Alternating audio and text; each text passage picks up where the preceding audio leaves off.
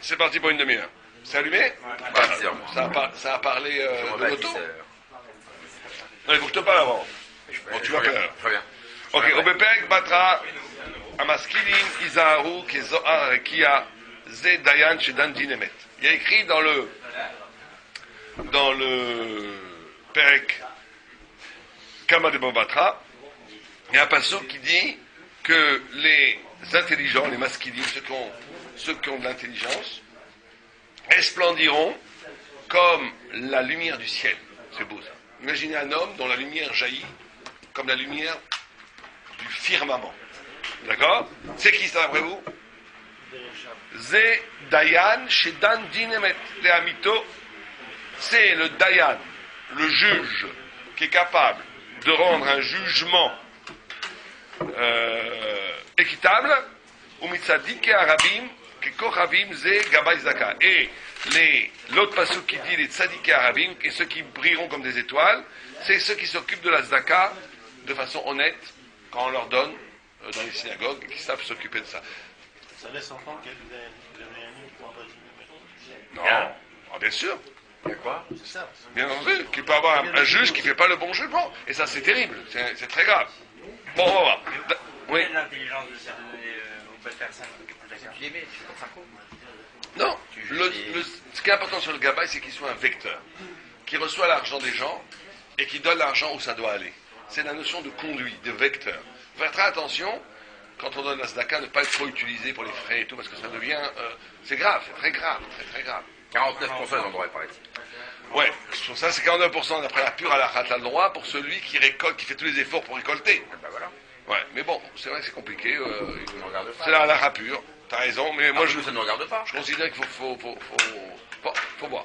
Mais ça dépend quel zaka aussi, ça dépend si tu comprends, si t'es gaba et la zaka, t'as pas le droit de prendre un sou. C'est pas toi qui as travaillé pour amener l'argent. C'est là pour dispatcher. Tu es là pour dispatcher. T'as pas le droit de prendre même un sou. Peut-être t'as le droit pour te payer un petit peu pour le temps que t'as passé, mais... Bon, faut faire attention avec ça, très attention. Moi j'aurais des soirées pour ramasser des sous, je prends 49. Tu prends 49%? Bon, la prochaine fois, je te ferai un chèque avec 51%. Tu me fais gâteau des 49. D'accord? On y va. Non, mais c'est vrai que j'avais un raf qui me disait, on peut pas empêcher ça, parce que bon, on voulait pas parler de ça de façon pratique, parce que sinon les gens n'iraient pas chercher la zakat. C'est très difficile à chercher la zakat. Donc faut les payer, comme n'importe qui. Alors, faut les payer, donc tu les payes et tu leur donnes 49%. Mais dans les soirées aujourd'hui, Ram, on a des professionnels qui font les appels. Il y en a qui prennent jusqu'à 49%. La halakha leur permettent. Leur permettent. Non, c'est permis. C'est permis jusqu'à Non, 49%. on va pas dire ce qu'on a pas dit. Il y en a qui font ça, ouais. Mais attendez, mais tous ils vont chercher, c'est des rabbins ou c'est des... Non, c'est des fundraising, des fundraisingers. Il y a des gens qui s'appellent des fundraisingers. En Amérique, le tzedaka, c'est régi comme un business, quoi. Vraiment. C'est un business, mais pas forcément négatif d'ailleurs. C'est des gens hyper efficaces. Ils prennent le micro, ils te font pleurer les gens. On les a à Paris, nous. Ils savent. les a, Il y a de la pub. Et attends, ils ont un prix. Ils disent, moi je prends 49% sur la récolte. Le mec il fait 300 000 € la soirée, le mec il fait 149 000 €. Mais- Il est content. Mais Ram, nous on organise des galas, on fait appel à des pros. Et ça Oui, fait- vous les payez, prends les pas un paye. pourcentage. On les prend un pourcentage. Moi je préfère ce ramasser. système-là. Non, on Tu leur les a- payes sans pourcentage. Non, on a un pourcentage. Ah ouais, en plus. Ouais. Ça motive. Ah, ça motive. Bon, Mais attendez, on a fait des essais. moi j'ai vu un petit truc qui a parlé pour Aveman, il n'a pas pris un sou, il a fait pleurer les gens, tout le monde a donné. Il n'a pas pris un sou. Ah, mais c'est un petit truc. Ah ouais, mais tu vois, il n'y a pas, Nous, on prend des vendeurs, il n'y avait nous. pas besoin de ça pour être motivé, quoi. Non, mais nous on prend des vendeurs de foire.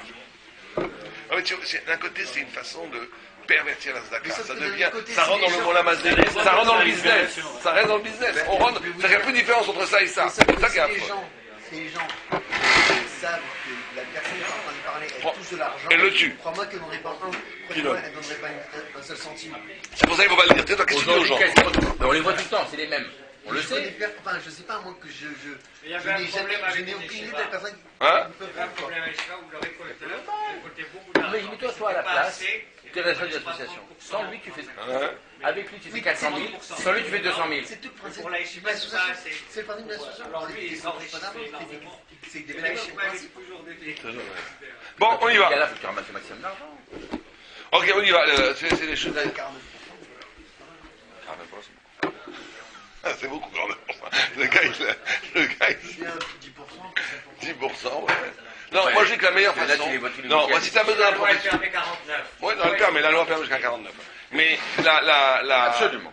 la meilleure méthode, d'après moi, la plus honnête, c'est qu'un fixe, tu payes ce gars-là, s'il est professionnel, tu le payes, avant même, et comme ça, ça crée aucun rapport. On écoute plus loin que le fixe. On est perdu.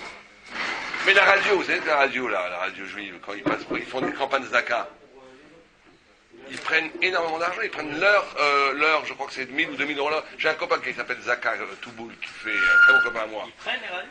Mais ils prennent énormément, par heure. Et j'ai un copain qui n'a pas réussi à récolter. Moi, il prendrait pas. Il n'a pas réussi à récolter ce que Parce la. que c'est de la tzedaka. Eh, mais t'as raison, il a raison. Mais moi, il s'est payé. Non, mais c'est pas pareil, c'est un ouais, Zaka il ici. est C'est- son métier. C'est son métier. Eh ben là, la radio, c'est quoi? Hein? C'est quoi le métier de la radio?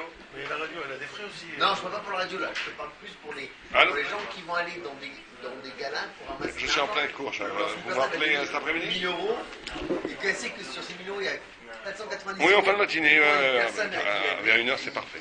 D'accord. Ah, toi, quand tu vas à un gala, tu vois, Saint-Louis, les Bon, allez, on y va, d'accord, laisse c'est tomber. machin, c'est gratuit pour toi. Tu sais bien que dans ton don, ça te fait taper tout ça.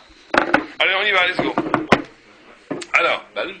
Non, mais c'est pas ça qui te gêne. C'est le type qui a animé. Ça rentre dans les frais. Ça rentre dans les frais de l'organisation. bon, Thierry, c'est pas une discussion très intéressante. Allez, on y va, let's go. On continue. Donc, c'est vrai que c'est problématique, mais c'est permis dans la halakha. Et aussi, c'est chacun après avec sa conscience. Vous avez raison, le mieux, c'est ce que vous dites. Quelqu'un qui est capable de faire une animation de ce gala gratuitement, pour la tzedaka, pour la mitzvah, ça renforce la mitzvah. Puisque maintenant, il aurait pu prendre l'argent, il n'en prend pas. Donc, imaginez la mitzvah qu'il a. Très bien, on y va.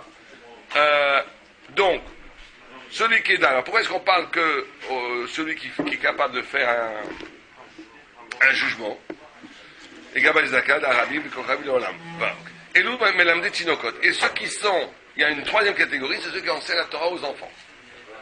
Kegon Man, Kegon Rav et Shmuel, Bar Shilat, des Rav Ashkir et Rav Shmuel Bar Shilat, des Avec Kai, Begante, Amar le Shavakta le Munater, Amar le Hat, Liser Shanim, de lo Chaza, Vashta Namidate, c'est un Rabban Alma Amre, כקצת גבורות עד כאן, אומר, ביור זה, כי יהיה כל השכלים בעולם הבא מציאות בלי שום היעדר כלל. Et il dit que le premier niveau, on a dit qu'il y a trois niveaux. Un niveau, c'est le juge qui rend un jugement impartial. Il brillera dans le ciel de tous les feux de lumière. Deux, le deuxième, c'était qui? Le Gabbai Zdaka. Celui qui est capable d'être un vecteur de distribution de Zdaka en toute honnêteté. 3, celui qui enseigne aux enfants. Voilà 3 catégories d'hommes qui ont un immense mérite. Alors il dit pourquoi? Il dit le premier, c'est le Dan, c'est le Dayan. Il dit que le Dayan, il n'aura aucun néant. Et Ken Amak et Zohar Akia, c'est pour ça qu'on dit comme Zohar Akia, ça veut dire la splendeur du ciel. Qui a Or Yeshlo Amitziut Beyoter Ad Shekol Davar Dimsa Beor. Il dit parce que là, ça c'est le Maral, regardez comment la méthode du Maral. Il dit pourquoi? Parce que la lumière, c'est ce qui est en vérité de plus réel, dans la mesure où sans lumière on ne voit rien. Donc la lumière a cette capacité de faire apparaître. Elle fait la lumière. La lumière, elle fait lumière. La lumière, elle fait que l'être apparaît. Alors d'un côté, c'est abstrait. Tu ne peux pas toucher la lumière, tu ne peux même pas la compter, tu ne sais pas de quoi. On parle de la lumière matérielle là. Aussi, mais pas de la lumière spirituelle. Mais il te dit la lumière, même matérielle, sans lumière, tu vois rien. Donc tu vois bien que la lumière a cette configuration d'être le plus fort, on va dire, le plus d'accord. Beyoter, Kol Davar Nimsa Beor, toute chose baigne dans la lumière. Comme je vais te Kama par qu'on expliqué. Ve'efer Zeh Achosher ou Aider. Et les ténèbres sont l'absence, puisque dans les ténèbres on voit rien. לפיכך, אמר המשכילים יזהו כזוהר הקיע, כלומר, אותם שהם משכילים האחרים מפני שהם משכילים את הרבים, הם המציאות העולם, תלוי בהם, לכך יהיה להם מציאות העולם הבא, בלי שום עדר, עד שאומר עליהם שהם כלום. Il dit comme le Dayan, le vrai Dayan, le vrai juge, et celui qui a réussi à faire la paix entre les hommes, celui qui a réussi à dire la loi, à introduire la lumière de la Torah dans le monde, Mida kenegen Mida, son être devient lumière. C'est-à-dire qu'en vérité, on va être complètement modifié de l'intérieur par nos comportements spirituels. Si tu es capable de faire rendre une justice, l'ishma, pas pour de l'argent justement, pas pour toi, pas pour business, pas pour kabod, de sortir un tout petit peu toutes ces données-là qui te ramènent toujours au ras des pâquerettes, être capable un petit peu d'être l'ishma. Donc tu vas à un moment donné donner la lumière autour de toi. Tu vas donner la lumière autour de toi. En donnant la lumière autour de toi, tu vas toi-même devenir lumière. Ça, c'est un grand principe. C'est-à-dire qu'un homme, il y a même dans la Kabbalah ce qu'on appelle, vous savez, Ibour des Shamas. C'est-à-dire que tu vas enfanter une nouvelle âme. Tu vas te lever un matin, tu auras une âme encore plus grande. Pourquoi? Parce que tu as commis des actes plus grands que toi. C'est très important à un moment donné de commettre un acte plus grand que toi. Le Rav Chaim de Briskorow, il avait par exemple une fois un pauvre qui est venu, un rocher qui est venu lui parler, qui n'avait pas d'argent pour sa yeshiva. Qu'est-ce qu'il a fait? Imaginez que vous avez, tous vos économies, c'est 50 000 euros. Et on vient vous voir, on vous dit, je suis dans la panade, ma yeshiva va fermer, et tu as un maaser de 5 000 euros. Qu'est-ce que tu lui donnes? 500 5 000. 5 000. Qu'est-ce qu'il a fait le Briskorow? Ça lui est arrivé 2-3 fois. Qu'est-ce qu'il a fait? Il a tout donné. Il a dit, je veux rien garder dans mon compte en banque. Rien. Je ne peux pas devant une yeshiva qui va fermer garder un sou. Tout donné. C'est très dur. J'avais un râle qui m'a dit qu'il a fait une fois ou deux, il en est presque mort. Il m'a dit, et lui c'était pas 50 000 euros, c'est 3-4 000 euros. C'est très très très dur à faire. Mais le râle, il m'a dit, il faut le faire une fois. Être capable de tout donner. De rien garder. Tu coupes les vaisseaux, tu brûles les vaisseaux. Il n'y a plus rien. Maintenant, Hachem, faut que tu me sauves. J'ai plus un sou. Bon, il y en a qui ont à ce moment-là, ils ont que des minus à la banque. Donc, je suis prêt à tout donner. Je suis prêt à arriver à zéro, je suis très content. Il n'y a pas de problème. Oui, c'est vrai que non, pas. C'est pour ça que c'est important de savoir à qui on donne la zaka aussi. C'est vrai que il ne faut pas trop le dire non plus, mais Yirmiyahu, il a prié que ses ennemis donnent la zaka à des gens qui n'avaient pas de mérite. Parce que c'est pas comme on pourrait croire, je donne, j'ai mon mérite moi. C'est son problème s'il prend, c'est pas comme ça. C'est que Dieu fait que tu donnes, que tu as le mérite ou pas de donner aux endroits où ça a vraiment un mérite. C'est pas dépendant de toi. C'est dépendant de ton mazal, quoi. Si tu tombes sur Rav Kanievski pour sa yeshiva, là t'as fait l'affaire du siècle. Ouais, mais là, le problème du photo, on connaît, c'est que tous les chiffres. Quoi? Bien sûr, c'est deux différents. Mais on va dire que la bracha va dépendre énormément de comment a été utilisé ton argent. C'est pour ça que les gens qui donnent au KKL, enfin le papa en public, c'est aussi important, mais bon, on sait que la plupart passent dans les bureaux et tout. Il faut donner à la Torah, il faut donner à la Torah, ou aux gens qui ont faim, c'est très grand mitzvah. Aux juifs cachers qui ont faim, aux familles, ça c'est des grandes mitzvot. Ça vraiment, c'est une magnifique mitzvot. Bien. Ou au livre de Torah, ce que tu Est-ce qu'il faut préparer la tzedaka pour les gens qui ont faim pour les yeshivot? Les deux sont équivalents, et je dirais pour les yeshivot, parce que dans les yeshivot, la plupart du temps, tu fais les deux. Parce que ceux qui sont dans les yeshivot, ils n'ont pas d'argent. Donc, d'aider des gens yeshivot, d'aider d'un frère. Quand tu donnes de l'argent à un collègue, tu fais 2 mitzvot. Un, tu donnes de l'argent pour la Torah, ce qui est extraordinaire, parce que la Torah, c'est la lumière de Dieu. Et Dieu, t'es reconnaissant qu'il est Biechol, que tu as entretenu sa lumière. Mais 2, les collègues, ils gagnent, tu sais combien ils gagnent en Israël, ou même ici, ils ont juste de quoi manger. Donc tu leur donnes, donc vraiment cet argent va pour leur donner à manger. Donc tu fais la mitzvah de Torah et la mitzvah de donner à manger aux gens. Tu fais les deux mitzvahs en même temps. Donc c'est vraiment le top gun, il n'y a pas mieux. Oui. Oui, franchement, ça va là, on est là.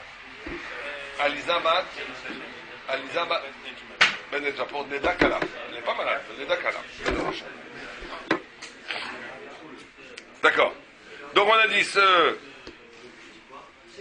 donc ils resplendissent comme dans la lumière du ciel, on est d'accord? Mais c'est Dayan chez Dan Dinemet. Pourquoi est-ce que c'est Dafka le Dayan qui est Dan Dinemet? On aurait pu dire celui qui tue la Torah, celui qui enseigne la Torah, je sais pas moi, celui qui écrit des livres de Torah. Pourquoi Dafka le Dayan? En plus, je sais pas si vous savez, le Dayan, c'est pas facile. Hein. C'est quoi, Daniel? C'est quoi? C'est pas facile. Moi j'ai un diplôme d'âge, j'ai toujours refusé le Dayan. Parce que quand tu es là-bas, c'est terrible. Il y a des gens qui se crient devant toi. Il faut une autorité d'enfer. Il faut. En Israël, Dayan, c'est pas comme ici. Les gens ils viennent, ils divorcent, des trucs, des bagarres pour des questions d'argent. C'est affreux. Alors, tu vois vraiment la face. Il y avait un d'elle, il m'a dit le soir je fais des cauchemars.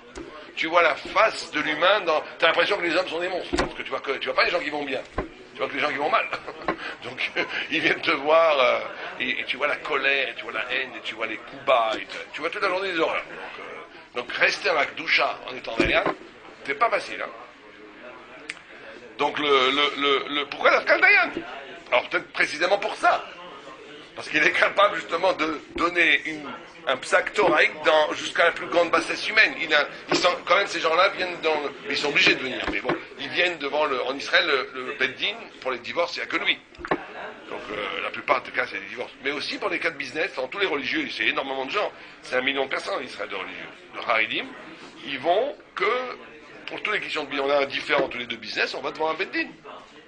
Donc il y a toujours les problèmes de business, moi j'ai raison, j'ai raison, blablabla, et les mensonges, et les demi-vérités, et il m'a dit, c'est très rare de voir quelqu'un qui te dit, voilà, 1 plus 1 font 2, c'est ce qui s'est passé. Chacun essaye de... Alors que c'est dans la lèvre, normalement ça devrait être ça, chacun doit dire, c'est tout. D'ailleurs celui qui dit ça, celui qui est malin, il dit ça, parce que là, il voit que tu dis vrai, ni Karim dit vrai émet, et s'il voit que tu dis vrai, tout de suite il va te donner raison. Il n'y a rien de plus qu'un Dayan déteste, c'est le baratin. Et ils en voient tous les jours depuis 30 ans, ils connaissent tous les baratins, tu ne pourras jamais les baratiner. Mais bon, en tous les cas, pourquoi le Dayan? Vezedin Dayan shedan edin emen lamito she'em maskilim ba'ale dinim ma yasu adin de'u sichli veleken kao otam maskilim veze she'amar shedan din emen lamito la fouke dan nefis varato.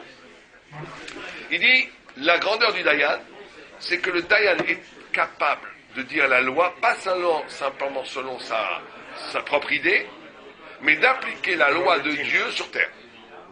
Pas, il me semble que c'est comme ça. Tic-tac. Le sentiment, la subjectivité, ça me paraît comme ça.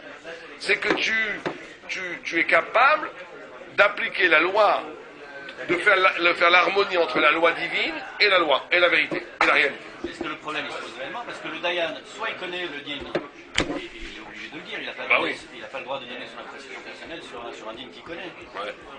Ou alors il ne connaît pas le din et... Il n'est pas Dayan. Il n'est pas Dayan.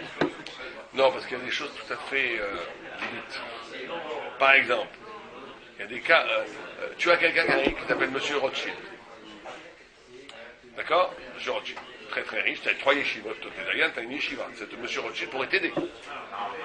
Il vient te voir avec sa fille, d'accord, avec son fils, qui torture sa femme, qui est méchant. Moi je vous donne un cas qui a pratiquement existé, qui est très méchant avec sa femme, terrible. La femme veut divorcer, parce que le gars est affreux. Maintenant le Rothschild te dit, écoutez, c'est affreux, c'est pas shalom bait, on va essayer de faire le shalom et tout. Toi tu vois... C'est sa fille qui est... Non, c'est son fils qui est un affreux. Et toi tu vois qu'il n'y a pas d'espoir. Tu vois que... Maintenant tu peux... Le gars, c'est Rothschild. Tu as 3 yeshivot, tu as besoin d'argent. Il te dit en plus non mais attends, il te dit, non, c'est facile de parler quand on n'est pas dans la situation. Mais quand on a besoin de chercher l'argent tous les mois, c'est pas du tout évident. Et en plus, tu te dis, attends, mais il dit des choses vraies, ce Rothschild. Shalom Bayit, c'est magnifique. Essayons de faire la paix. Aaron faisait le shalom entre les gens. Et toi, tu vois que cette femme, elle va souffrir, si tu dis. Qu'est-ce que la Torah dit? À ce moment-là, qu'est-ce que la Torah dit? Tu dois être capable de raisonner en pure objectivité à ce moment-là. C'est ça qui fait que tu es un Dayan. Et c'est pas évident. Et de croire que c'est évident, c'est naïf. Parce que quand tu vis dans un monde, c'est pas du tout évident. C'est pas du tout évident. Alors, il y avait Baruch Hashem, beaucoup de Dayan Tzadikim qui sont incorruptibles, mais c'est pas évident. C'est pour ça qu'Hachem, mais c'est vrai que Hachem il dit que celui qui matait le din pour le rébit, le shochad, c'est pour ça c'est quand même le vrai dans le deux que c'est compliqué. Si quelqu'un, le fils de Rothschild dit à son fils en train de massacrer les grands-mères, il va dire écoutez monsieur, allez vous faire voir, cet homme-là on l'enferme, on va pas commencer à... Bien entendu. Essayer de faire le shalom bayit dans un premier temps. Non mais ça bien sûr, mais je vous parle pas de ça, bien entendu, je vous parle qu'à un moment donné quand tu vois intérieurement, tu vois qu'il n'y a pas d'espoir. Mais que tu te donnes des faux prétextes parce que ça t'arrange, c'est le problème. Et ça, c'est là où Dieu te loupe pas.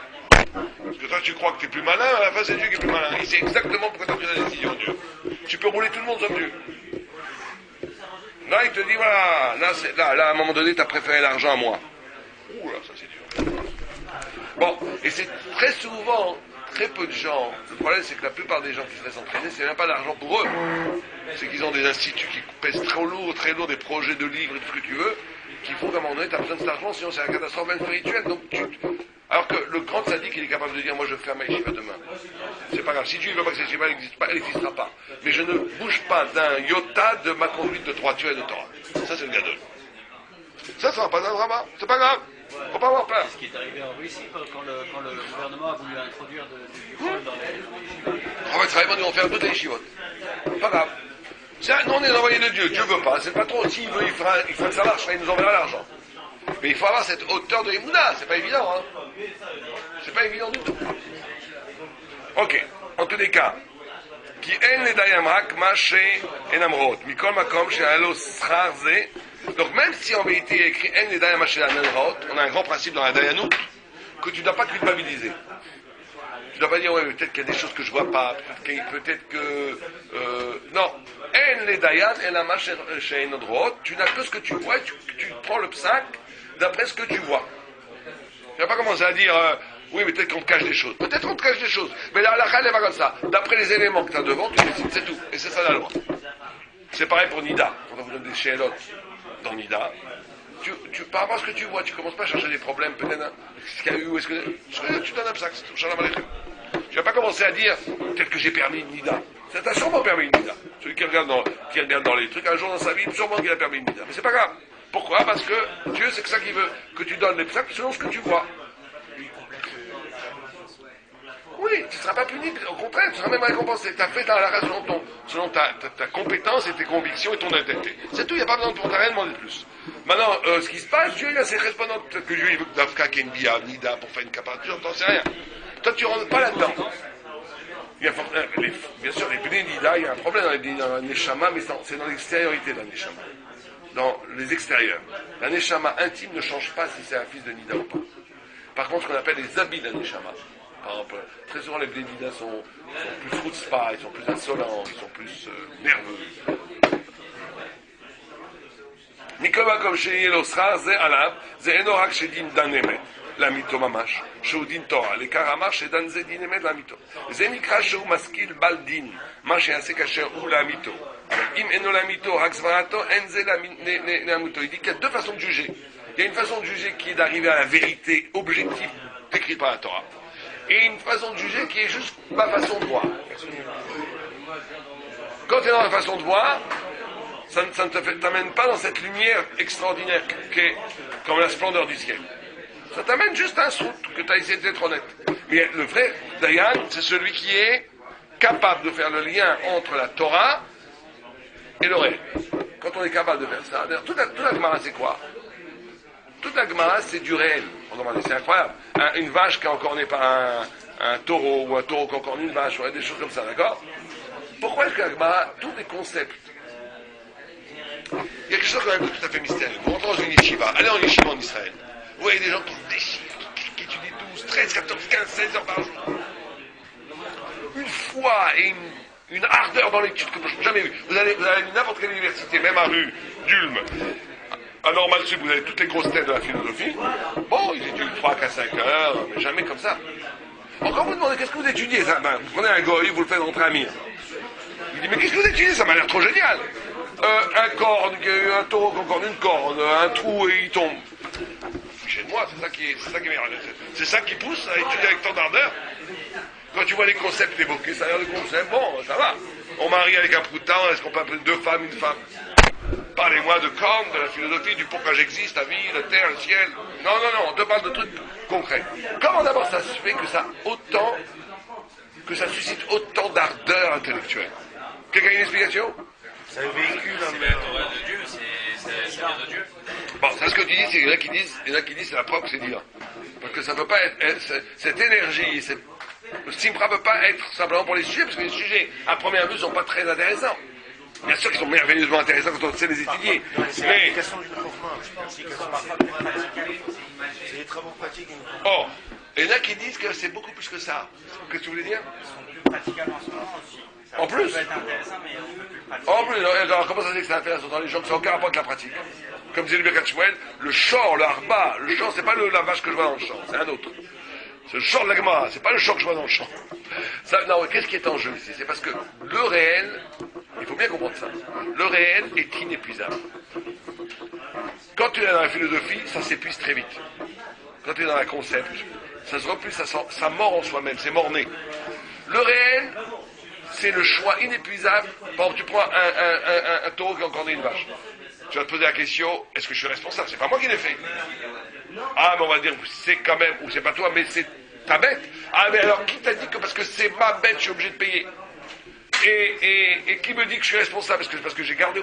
C'est-à-dire que le réel, il va toujours te confronter à des questions éthiques inépuisables, morales. Et la vie, c'est ça. La vie, c'est comment réagir. Toute action, tout événement qui se passe devant vous peut faire de vous un sadique ou un rachat.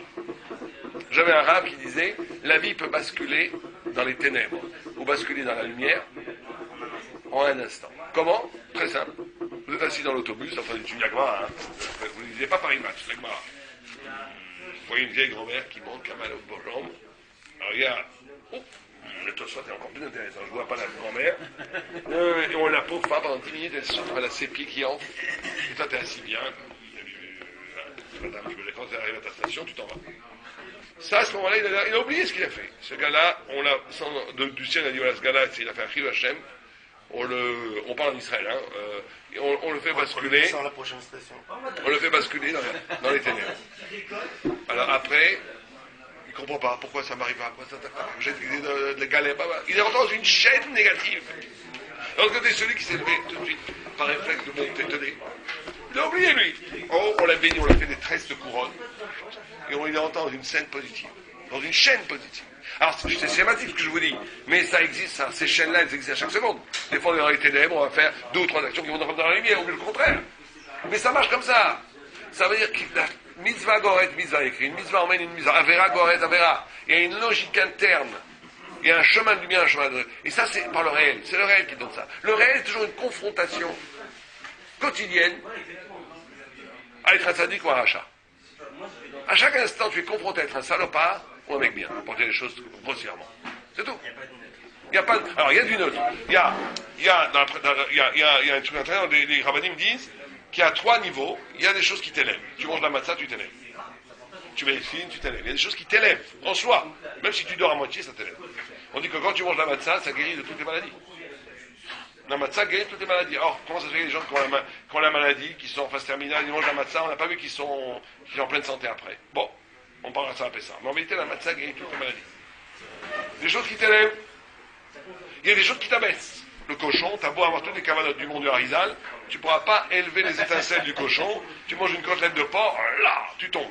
Tu dis du Lachonara, tu tombes encore 10 fois plus. Beaucoup plus que le cochon. Boum, terrible. Et des choses qui sont neutres. Aller boire un coca, aller se balader à la campagne, c'est neutre. Aller manger au restaurant avec ma femme, c'est neutre. Plus tu grandis dans la Torah, plus ce neutre s'efface, s'amoindrit. Il n'y a plus de neutre.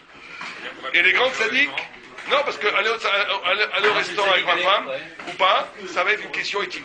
Ça va être, est-ce que ça vaut le coup de faire du Torah, ou est-ce que je dois aimer ma femme et de la rendre heureuse? Des fois, la réponse va être la première. Et des fois, la réponse va être la deuxième, et c'est à ce moment-là que ça va se décider, c'est un sadique ou un chat. C'est-à-dire que plus tu grandis, il n'y a plus de neutre. Je bois un coca. Pourquoi tu bois un coca? Pourquoi tu bois un coca? Allez, ramène le chip, si bois un coca juste pour aller boire un coca, on va le punir.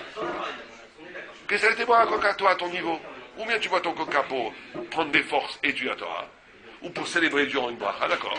Mais si tu bois juste que tu veux t'abandonner, t'oublier 5 minutes de la Torah, eh ben tu vas avoir tout. T'es pas à ce niveau-là, toi. T'es pas à ce niveau-là. Donc un tzaddik qui peut enclencher cette chaîne-là négative. À chaque instant. Avec Il n'y a plus de neutre. Un tzaddik, il n'y a plus de neutre. Il n'y a plus de bien, mal, à chaque instant. Bon, à un certain niveau beaucoup plus bas, ces choix-là sont faits dans des gros moments. Est-ce que je vais crier contre ma femme ou pas, parce qu'elle m'énerve, ou je vais, par souci de tzadikout, je vais me retenir. On ne se rend pas compte si on est capable de se retenir quand on a envie de s'énerver. Pas parce qu'on a envie d'avoir un petit tour, d'avoir une récompense. Parce qu'on a de la pitié pour la personne que je vais engueuler. On fait venir sur soi des brachot incroyables. Et si on se laisse aller, on dit voilà, les anges ont dit cet homme-là se laisse aller. Il n'est pas capable de faire un effort. Donc le monde aussi va se laisser aller. Il va entrer dans la chaîne normale. Il ne faut pas qu'il se plaigne après que ça va mal. Vous comprenez, c'est que comme ça la vie. C'est que comme ça. Mais c'est très dur. Les plus grands combats, c'est les combats inavouables. C'est pas les grands combats. J'ai été donné un Zdaka, 1 million d'euros. Les plus grands combats, c'est quand je suis seul dans ma chambre. J'ai envie de faire une avéra, je ne le fais pas. C'est ça les grands combats. Je suis seul avec ma femme, j'ai envie de crier, je ne crie pas. c'est des petites choses comme ça, c'est ça les grands combats. Il ne faut pas valoriser ces combats. C'est très important de dire aux gens que ce sont des héros quand ils sont capables de maîtriser des choses comme ça. Parce qu'on a trop la tendance hollywoodienne de donner de la valeur qu'aux grands combats. Je sais pas moi, ce gars-là il est extraordinaire, il a fait ça, ouais. C'est pas comme ça la vie. Les grands combats, quand Rabbi Chavel à un moment donné, il a eu une crise cardiaque, soi-disant. Il est tombé dans les pommes, il est mort. Et des étincelles sortaient de son front. Et il a été au paradis, il est revenu. Il est revenu. On l'a dit, qu'est-ce que t'as vu là-haut?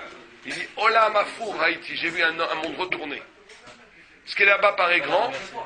Les grands d'ici sont tout petits là-bas. Les Obama, c'est rien du tout. C'est les Chirac et tout, c'est rien du tout là-bas. Enfin, Chirac il est sympa, mais je sais pas, même Chirac c'est rien du tout. Chirac est sympa avec les Juifs. Ah oui, pas avec Israël, mais avec les Juifs. Ouais. Il a beaucoup aidé le rabbi de Rothenberg. Il faut être reconnaissant aux gens qui t'ont fait du bien. Il a beaucoup aidé Lubavitch. Il a tout fait pour les Juifs ici. Hein? Ouais, tout le temps, il est très bizarre, Chirac. Il était très, très pro-juif, mais il était pro-arabe avec le conflit israélien. Il a une grand-mère arabe. C'est le rave Ah ouais. d'Ashdod qui m'a dit ça. Non, sa fille est mariée à un arabe. Non, sa grand-mère de Taroudan. Il a un palais. Il a quelque chose dans sa famille de côté de sa mère, qui est arabe. Ah, bah, ça m'étonne pas. Si, c'est le rave plutôt. Chirac? Oui, c'est le rave plutôt qui m'a dit ça à Ashdod. Non, parce qu'il y a un candidat socialiste qui est comme ça. Comment il s'appelle? J'ai oublié son nom. Un des candidats là, sa mère, son père, aux gens est arabe. Et il n'a pas l'air du tout arabe. C'est pour ça que Chirac a souvent au Maroc, à Taroudan. Mais il était très sympa avec les juifs ici. Par sa famille israélienne. Ah non, Chirac était très sympa avec les juifs. Il a aidé Rothenberg. Rothenberg. Il y avait des gauchistes qui avaient fait tchouva à Pavé. Mais des gauchistes, des maoïstes et tout. Avec son accent, il disait, il faut voter Chirac, il disait. Parce qu'il a aidé pour les yeshivas, ils ont fiché lui la politique. Les gars, pour eux c'est une déchirure, le rabbi a dit de voter Chirac. Pour voter Chirac, c'est comme nous voter, je sais pas moi, les nazis, c'est impossible. Et le rabbi, le rabbi Rothenberg à la Machalon, le Rouv, il faut voter Chirac. Il nous aide pour les yeshivas, il n'y a que lui qu'il faut aider. Il faut voter. Alors les gens, ils allaient voter Chirac, la mort dans l'âme, pour écouter Il a beaucoup aidé, et le Lubavitch parlait au Lubavitch de Chirac, ils vont l'appeler Rabbi Chirac, hein. Chaque fois qu'ils avaient besoin d'un truc de nom, il était très sympa avec les juifs. Et il est très en relation étroite aujourd'hui avec un rabbin Korchia. Tous les jours, 2 ou 3 semaines, ouais, il lui parle, il étudie, Karim Korchia. 2 ou 3 fois par semaine, il étudie avec Rav Korchia. Et il lui parle de Torah, de mystique. Il est très intéressé.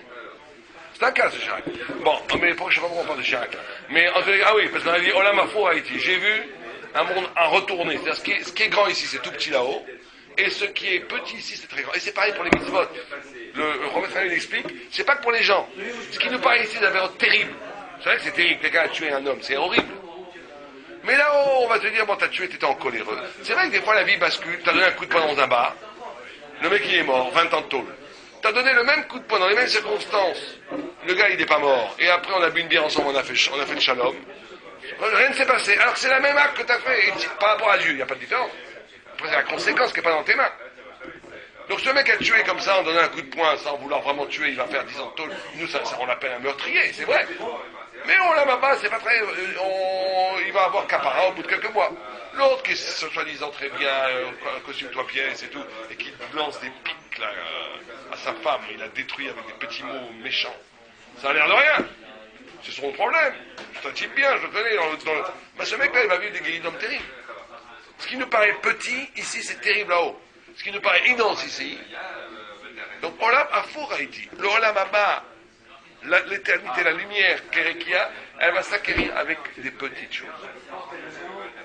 C'est-à-dire que c'est pas que c'est des vrais combats, les combats intérieurs. Comment moi je vais essayer de me changer? Comment à un moment donné, si on veut la bracha dans la vie, non, on ne fait pas les choses pour avoir la bracha, mais la bracha dans la vie elle rentre quand je suis capable de casser avec une logique animale intérieure. C'est tout. C'est tout. C'est ce que dit Rachid. Rachid dit quelqu'un a envie de faire une avéra, il ne la fait pas. Toute son avéra, il a un mérite infiniment plus grand que n'importe quel mitzvah. Il n'y a pas de plus grand mérite que de vouloir faire une avéra, il ne la fait pas. Ce qui est tout à fait paradoxal, parce que, en vérité, est-ce qu'on a un mérite maintenant, je ne veux pas manger de cochon, nous? On n'a pas envie. Hein.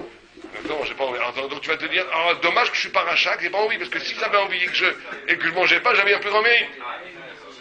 Ce qui est vrai. Mais on va dire, il y a deux mérites. Il y a un mérite du faire et un mérite d'être. Il y a un mérite d'être. Le mérite d'être, c'est d'être capable de ne pas avoir envie. Ça, c'est un très grand mérite, mais c'est un mérite d'être. Mais vous n'allez pas avoir un mérite chaque seconde de ne pas avoir mangé du cochon. Parce que vous êtes maintenant, c'est plus une épreuve pour vous. On n'a pas un mérite de ne pas tuer notre voisin, j'ai pas envie de le tuer lui. D'accord? Donc j'ai pas de mérite. Mais j'ai quand même un mérite d'être que je suis pas un assassin. Et donc il y a toujours un homme, plus quelqu'un a du mérite du faire, plus il est petit en vérité. Plus quelqu'un est grand, plus il va traduire son mérite de faire en mérite d'être. Il va arriver maintenant à un niveau où il n'a plus besoin. Il l'est comme ça. Il est arrivé à un niveau où il a plus, c'est plus une épreuve. Ça c'est le plus haut niveau. Mais en termes de mérite pur, de monnaie sonnante et trébuchante du mérite, c'est effectivement quand tu as vraiment envie de faire quelque chose, ça te brûle. Ouais, exactement. Tu le montes, tu l'affines, tu le montes, tu le... Mais plus ça... Ouais, bon, allez, on finit, il reste 1 minute, on finit au moins le paragraphe. Donc il dit, וזה נורא כשדן דין אמת לאמיתו שלו. וזה נקרא שהוא משכיל בעל דין מה יעשה כאשר הוא לאמיתו, אבל אם on a vu ça, ובמקום אחר פירושו שאין צריך יותר רק שיכוון על האמת, והוא עיקר על הפירוש ואין כאן מקומו. Il ne va pas expliquer longtemps ici, mais il dit, le Icar, c'est pas tellement sa capacité de faire le lien entre la vérité objective de la Torah et le réel, ce qui est le cas du Dayan, c'est qu'au moins il est la kavana de ça. Regardez comme c'est que ça veut dire. Tu as la kavana, ton intention c'est de faire ça, c'est déjà qu'on t'appelle Dayan Emet. Parce que tu ne peux pas être plus fort que ce que tu es. Tu as la kavana, ton seule intention c'est de rendre la halakha bien, tu t'appelles Dayan Emet. D'accord? Bon, on verra demain. Demain, c'est les Zdaka. Ceux qui dispatchent la Zdaka comme tout.